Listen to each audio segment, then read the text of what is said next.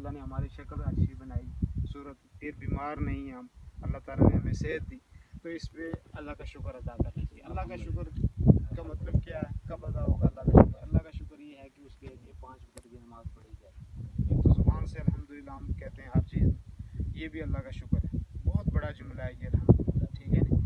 और इस क्योंकि अल्लाह की तारीफ़ आदमी करता है इसमें। दूसरी चीज़ ये है कि अल्लाह का हक अदा करने के लिए आदमी को 5 वक्त की नमाज अल्लाह ताला ने फ़र्ज़ की।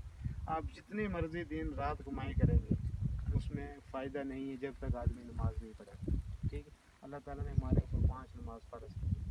सबसे पहले फजर की नमाज, ठीक, उसके बाद और उसके बाद असर, उसके बाद मगरिब, उसके बाद इशा, ये 5 नमाज अल्लाह ने हमारे ऊपर फ़र्ज़। कोई भी मुसलमान आदमी तब तक मुसलमान नहीं हो सकता जब तक आदमी क्या करे, उन 5 नमाज़ों को ना पढ़े, ठीक है नी।